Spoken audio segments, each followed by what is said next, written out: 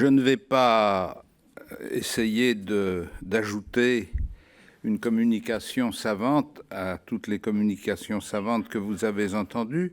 Je voudrais plutôt vous livrer quelques impressions ou quelques sentiments qui me sont venus à l'occasion de l'initiative de ce colloque 10 ans après la mort du cardinal Lustiger,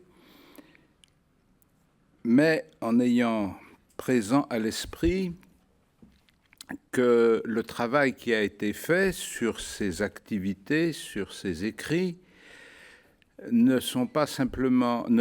relève pas simplement d'une chronique de la vie personnelle de Jean-Marie Lustiger, mais, comme le titre très bien le colloque, un regard sur une période de la vie de l'Église qui s'étend sur un demi-siècle et qui est caractérisée par le titre, et je crois par la réalité, entre crise et recomposition.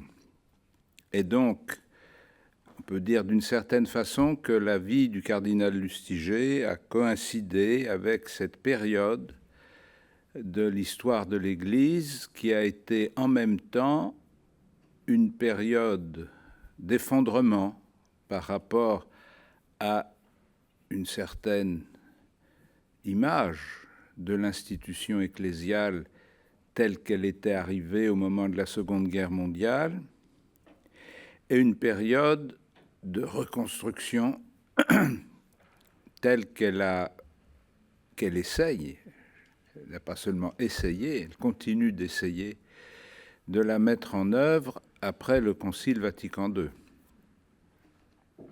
Et il se trouve que le ministère sacerdotal et épiscopal du cardinal Lustiger se situe à ce moment charnière d'un écroulement et d'une reconstruction. Et dans ce moment charnière d'un écroulement et d'une reconstruction, il est évident que les regards, les analyses, les discernements et les projets prennent une dimension tout à fait particulière.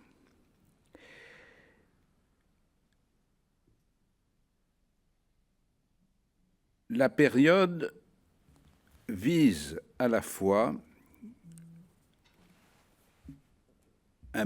dans notre pays un basculement sociologique, non seulement en raison du changement des conditions de vie des hommes. Je rappelle que avant la Deuxième Guerre mondiale, plus des 2/3 des Français vivaient de la paysannerie et vivaient à la campagne, et que dans les années 70-80, la proportion s'est inversée et nous avons aujourd'hui probablement les 2/3 de la population française qui vit en ville. Ce n'est pas simplement une délocalisation, c'est un transfert des repères et de l'inscription de la vie humaine dans un univers, dans un paysage, dans un terroir, dans un certain nombre d'habitudes et dans une tradition familiale. Ce basculement sociologique était engagé et perceptible dès les années 50 et 60, et Jean-Marie Lustiger en a été un des témoins privilégiés par son ministère auprès des étudiants. Car la première période de son ministère sacerdotal, de 1954 à 1969, c'est-à-dire pendant 15 ans, a été au service d'une Église dont on dirait aujourd'hui, dans les critères de réflexion qui sont les nôtres, qu'elle était une Église fluide par rapport à l'image de l'Église territoriale institutionnalisée dans le tissu paroissial. Si on ajoute à cette circonstance de son ministère sur des générations de jeunes qui se succèdent et qui constituent un mode de relation très particulier pour le prêtre qui en est chargé, avec le fait que lui-même, historiquement, de son expérience personnelle, n'a pas eu une expérience institutionnalisée de sa croissance ecclésiale, nous avons un personnage qui a, de fait, les éléments les plus immédiats pour interpréter et accompagner cette mutation de l'Église. Cette génération d'étudiants de 1954 à 1969, il la voit émerger du tissu éclaté de la société catholique dont lui-même n'est pas un membre. On pourrait dire d'une certaine façon qu'il se considère comme un laïc entré en religion, mais qu'il n'est pas un fruit, un enfant de cette tradition religieuse. Ce qui lui permet de comprendre d'une façon originale et personnelle la rupture qui est en train de se vivre et dont il est à la fois le témoin et l'acteur. La foi chrétienne et son rôle dans la société française, il ne peut pas les voir simplement comme une sorte de religion de la société qui accompagnerait les grandes étapes de la vie humaine. Et quand il devient curé d'une paroisse, on pourrait dire, en caricaturant à peine, qu'il devient en même temps pour la première fois paroissien. C'est-à-dire qu'il apprend la paroisse en prenant la paroisse.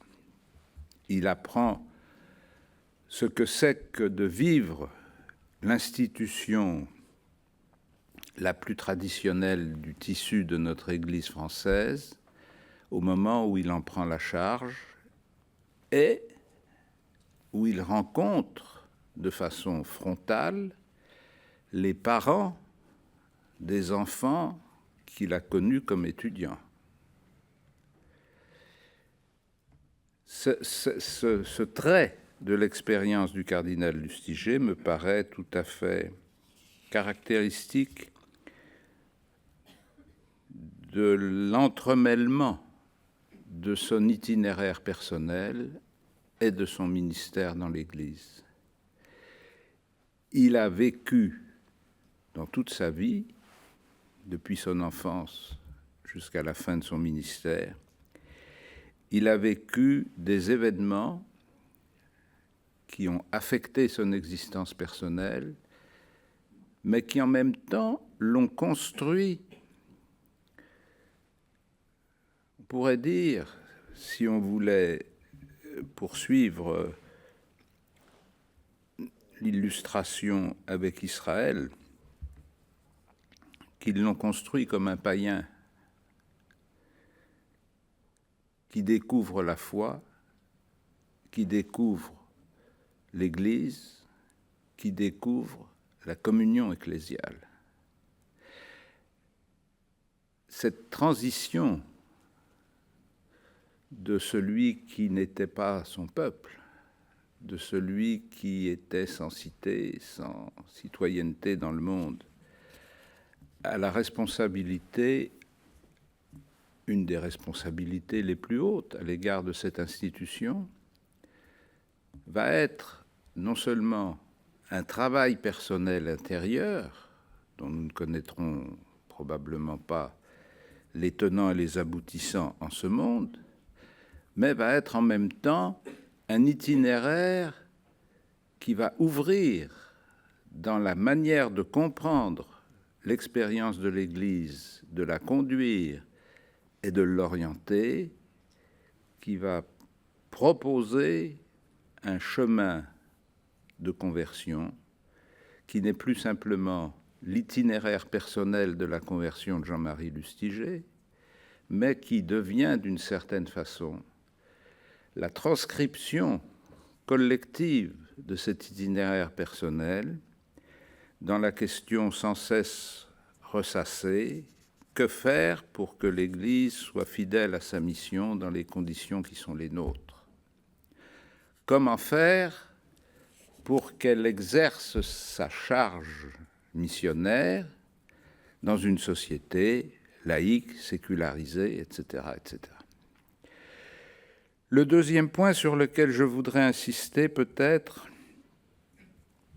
c'est comment, là aussi, par le jeu et l'entremêlement des expériences, comment Jean-Marie Lustiger portait dans sa manière d'aborder les choses et de les vivre une sorte de confrontation permanente de la foi et de la raison. Précisément parce que son itinéraire initial était un itinéraire d'écoliers, de lycéens, d'étudiants laïcs. Mais il n'était pas laïque simplement par ses mœurs, dont il va éprouver la particularité quand il va entrer dans l'univers ecclésiastique, où tout lui paraîtra étranger et où il aurait pu rédiger un pastiche des lettres persanes. Mais il va éprouver le choc d'une pensée qui s'est constituée sur les critères du travail intellectuel, du travail universitaire, dans lesquels l'argument de la révélation n'est pas un argument pertinent.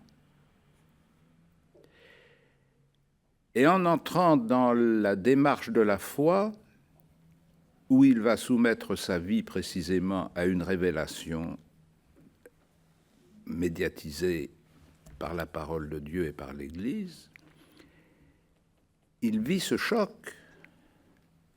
Il ne va pas devenir innocent, dans tous les sens du terme. Il ne va pas devenir idiot, il ne va pas devenir inculte, il ne va pas devenir ignorant des réseaux dans lesquels il s'est constitué.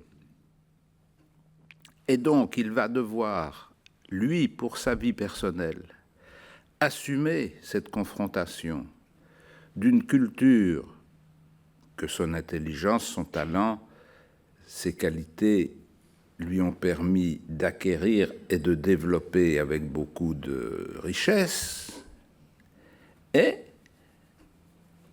d'une Église qui n'est pas au pinacle de la culture à ce moment-là.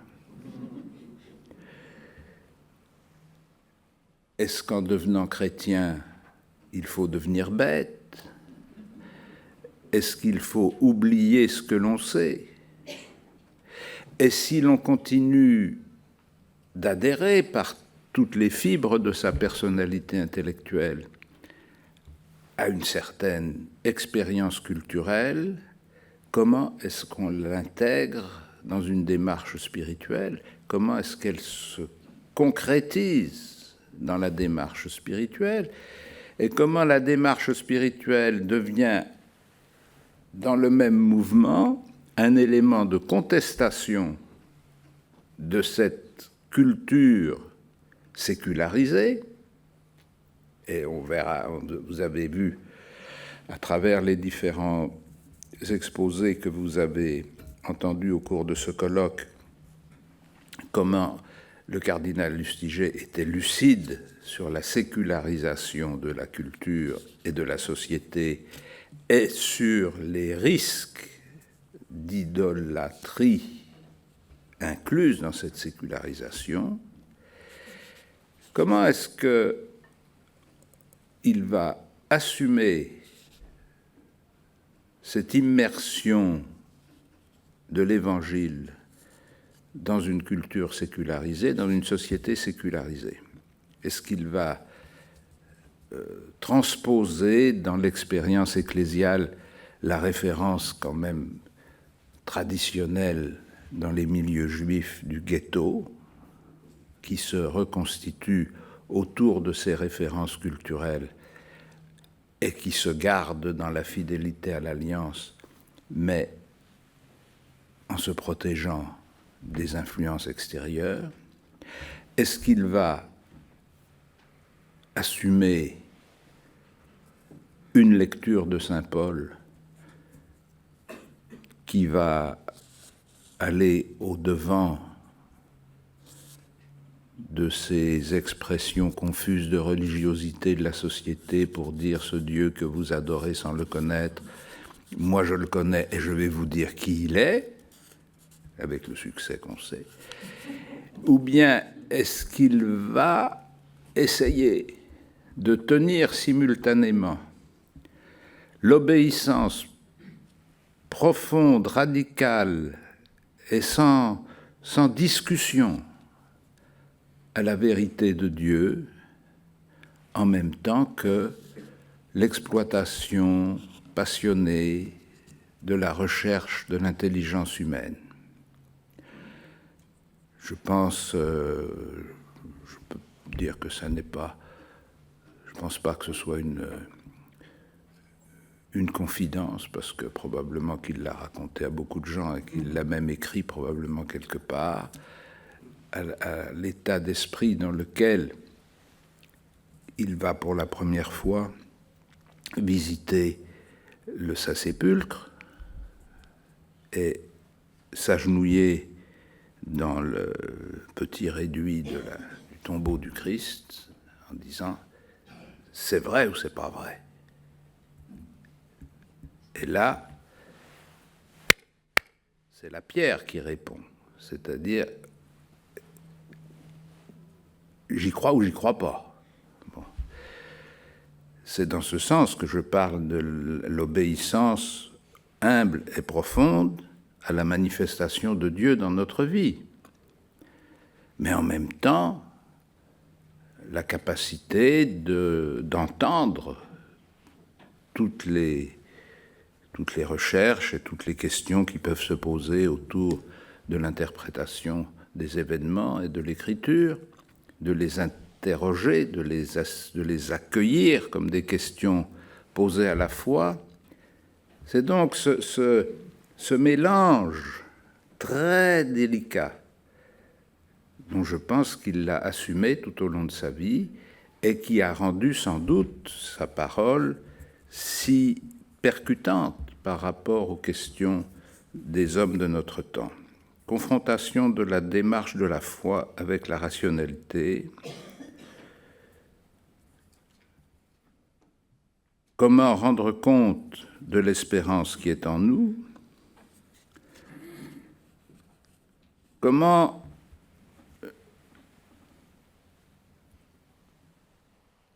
porter l'adhésion affective et subjective qui est constitutive et normale dans l'acte de foi? Comment porter cette adhésion affective et subjective jusqu'à un niveau d'intelligence de soi-même qui nous permet d'accéder à une adhésion réfléchie et donc exprimable et donc communicable? Ou bien faut-il définitivement considérer qu'on ne pourra communiquer sur l'Évangile que par l'émotion des concerts? Ou bien avons-nous la capacité, sur cette émotion légitime et bien compréhensible, d'accéder à une certaine intelligence de la foi? 15 ans avec des étudiants, ça aide à comprendre ça. Quand on va à Chartres, est-ce qu'on va simplement pour avoir froid aux pieds ou est-ce qu'on va pour autre chose?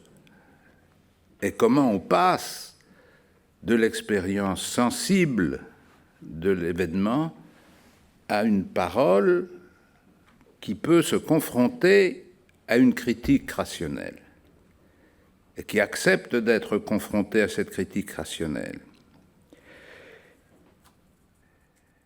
Et comment cette expérience n'est pas universelle ou universalisable simplement par le fait qu'elle est médiatisée par un chemin intellectuel, mais elle est universelle et universalisable parce qu'elle est le don de l'Esprit Saint fait à l'humanité entière. C'est l'Esprit qui pénètre nos cœurs et qui nous rend utiles pour tout homme. L'Esprit de Dieu.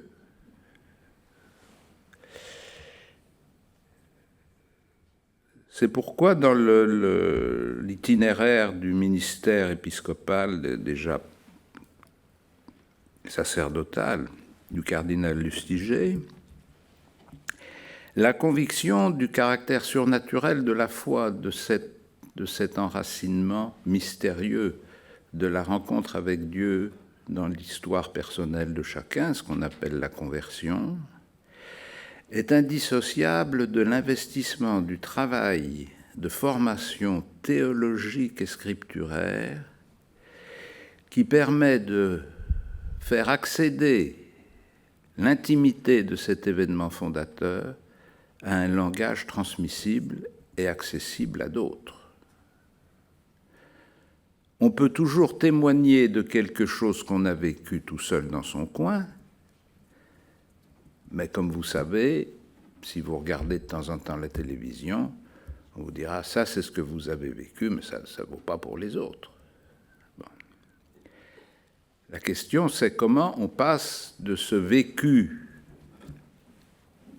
indicible à une parole qui peut être entendue et qui peut être soumise à la critique de la raison humaine. Je pense que c'est une grande question du christianisme aujourd'hui et je crois que dans cette question, l'histoire personnelle et le ministère du cardinal Lustiger sont des éléments de référence importants. Je me souviens de l'avoir rencontré une fois. Je n'étais pas encore prêtre. Et il n'était plus tout à fait le patron du CEP, si je comprends bien, puisque c'était en 1969, au printemps 69. Et il était venu au séminaire Saint-Sulpice pour parler avec des futurs prêtres qui pourraient devenir des accompagnateurs de groupe dans le pèlerinage de Chartres. Enfin, c'était la raison sociale de sa visite, c'était comme ça que c'était présenté. En fait, j'ai compris après qu'il venait voir un peu qui on allait lui coller, et donc il venait un peu examiner les produits en avant. Et ce qui m'a frappé, indépendamment du côté chaotique de la rencontre, donc, qui était assez habituel chez lui, ce qui m'a frappé, c'est comment, en moins de 10 minutes, on avait trouvé de quoi il s'agissait, de quoi on parlait, quelle était l'intention des organisateurs du pèlerinage, qu'est-ce qu'ils attendaient de la collaboration d'un diacre dans ce cadre-là. Il ne nous a pas fallu une demi-heure, heureusement, parce que justement, au bout de 10 minutes, il a regardé sa montre, il s'est levé, il a dit « Oh merde, il y a le cardinal... non, il n'était pas cardinal, il y a le père Ratzinger qui m'attend depuis 1 heure. » L'autre, il devait commencer à trouver le temps long. Mais après... Et il est parti. Inutile de vous dire que l'histoire ne s'est pas réalisée comme annoncée par les affiches, parce que je ne suis pas allé à Chartres. Et... Et je me suis retrouvé son vicaire quelques mois après. Donc, voilà.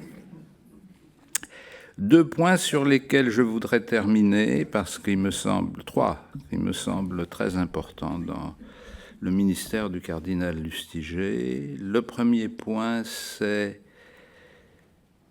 comment, dans son propre itinéraire, la rencontre qu'il a racontée à plusieurs reprises dans ses écrits, de son expérience vécue dans la cathédrale d'Orléans, quand il est passé dans la cathédrale d'Orléans. Bon. Comment cette expérience s'est développée, s'est épanouie et s'est structurée à travers une appropriation nouvelle ou une réappropriation, ou une nouvelle manière de traiter l'écriture, qui ne lui était pas étrangère, mais pour laquelle il avait découvert une nouvelle clé de lecture. Et la découverte de l'Église, alors pas de l'Église des livres, qu'il pouvait connaître par ses études ou ses lectures, mais de l'Église en chair et en os, c'est-à-dire l'évêque d'Orléans, c'est-à-dire la personne qui l'a accueilli et qui a été sa marraine, c'est-à-dire des gens concrets, voilà, qui appartenaient à un autre circuit, il fallait entrer dans ce circuit, il fallait qu'il le laisse entrer, il fallait que lui veuille y entrer.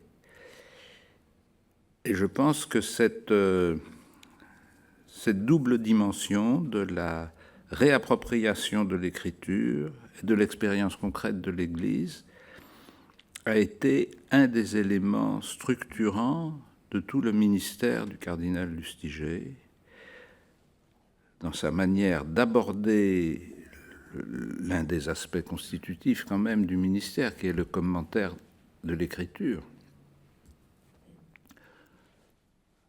On peut faire des tas de choses. Quand on est prêtre ou évêque, on a beaucoup d'occasions de s'occuper. Mais on n'a pas beaucoup d'occasions comparables à ce qu'est l'homélie.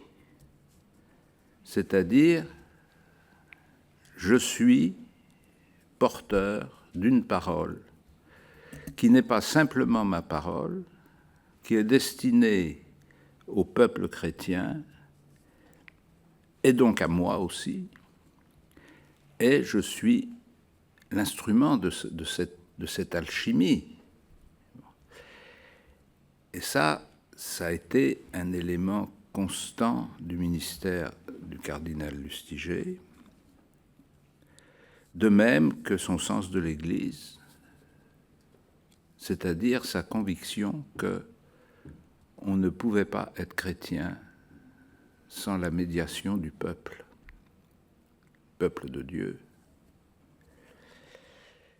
Le deuxième point sur lequel je voudrais insister, je ne fais que l'évoquer, mais vous pourriez le retrouver de beaucoup de façons, c'est sa conviction que, par toutes sortes de façons, nous avions un rôle à jouer par rapport à l'Europe. En quoi il rejoignait ou il partageait une idée très forte de Benoît XVI,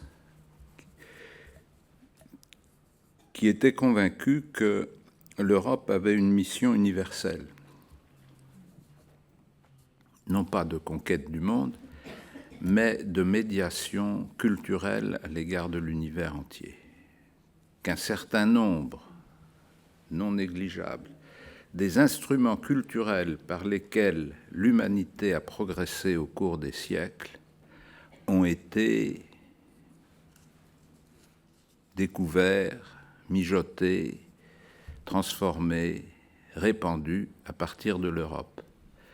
Et que si l'Europe renonce, volans nolens, si de fait elle renonce à cette mission universelle, elle n'a plus aucune raison d'être.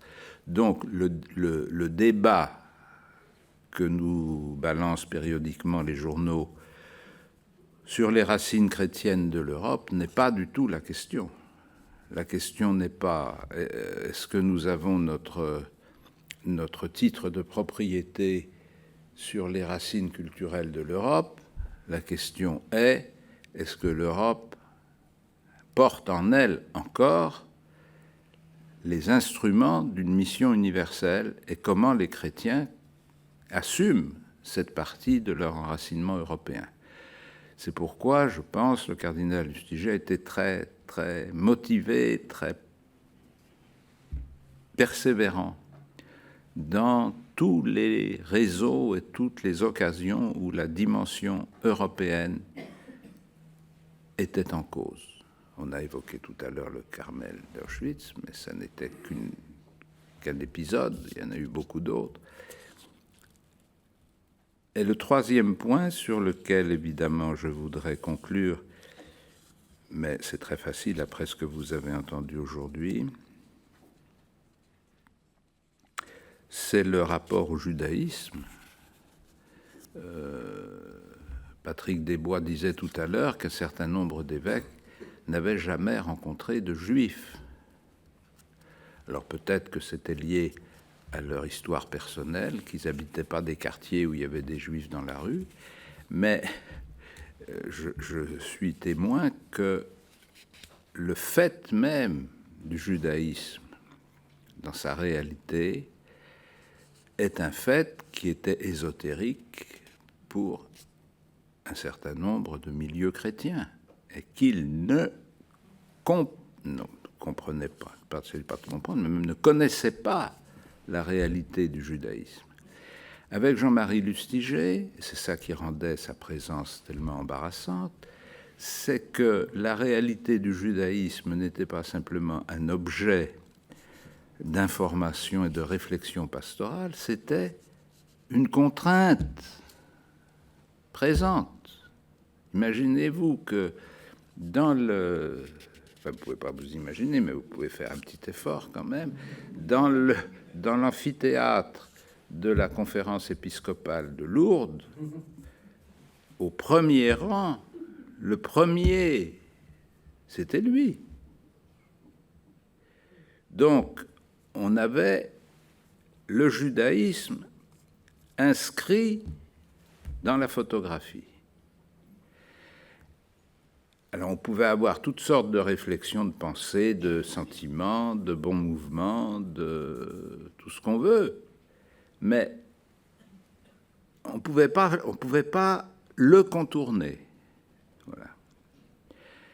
Alors déjà, ça, c'était déjà une transformation culturelle considérable, parce que un évêque français du 19e siècle pouvait vivre toute sa vie sans avoir rencontré un juif. C'était pas très difficile, surtout avant l'affaire Dreyfus. Après l'affaire Dreyfus, c'était plus difficile. Mais avant l'affaire Dreyfus, il suffisait de pas les regarder. C'était pas très compliqué. Bon. Mais maintenant, ça n'est plus possible. C'est-à-dire, on ne peut pas. Et la deuxième, c'est le point le plus important du changement de mentalité. Il y a un deuxième point qui est plus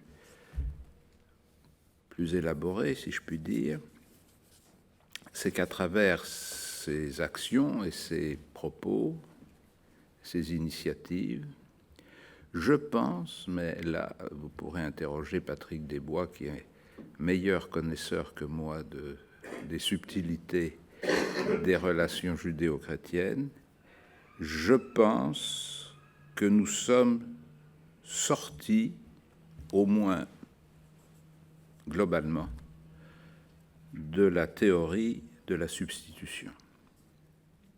Quand je dis sortis globalement, ça ne veut pas dire que toutes les subtilités de la réalité sont complètement assumées, mais ça veut dire qu'on a suffisamment de discipline intégrée pour ne plus utiliser le vocabulaire de la substitution sans s'en apercevoir. C'est déjà un progrès considérable. Le vocabulaire de la substitution, c'est-à-dire l'Église a remplacé Israël. Alors, si vous poussez au bout la logique, il n'y a plus de place pour Israël. Alors, il a fallu 25 ans avec Jean-Paul II pour dire mais si, regardez dans l'Épître aux Romains, Israël continue.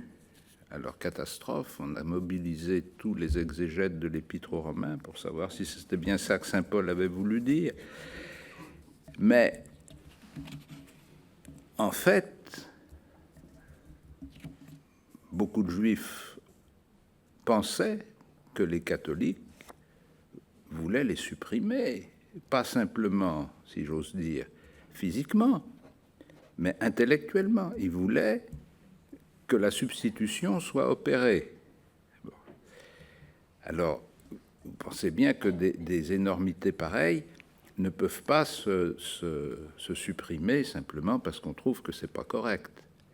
Mais si déjà, dans les réflexes de réflexion, dans la manière d'aborder les choses, dans la manière d'en parler, on a réussi à déplacer cette perspective de la substitution vers une perspective qui n'est pas beaucoup plus sympathique aux Juifs, mais qui est quand même moins dangereuse, de l'accomplissement, c'est-à-dire que l'itinéraire, c'est d'aller vers le Messie. Alors, il y a des Juifs qui ne disent pas du tout. On n'a pas besoin de vous pour être accompli. Très bien. Mais si on a vécu ce déplacement sémantique, on a déjà franchi un pas considérable dans les relations avec le judaïsme. C'est-à-dire que nous sommes capables de nous réjouir que des Juifs soient de bons Juifs. Et pas dire, ben mince, c'est dommage quand même, ils pourraient quand même être chrétiens. Bon. Alors, ça arrive quand même, hein, ça arrive quand même.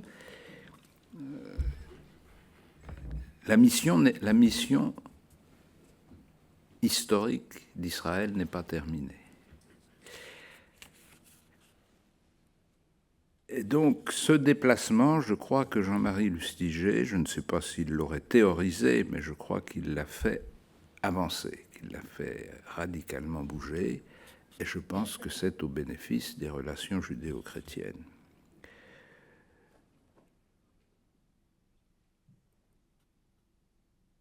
Bien, ben je vais m'arrêter là. Je pense que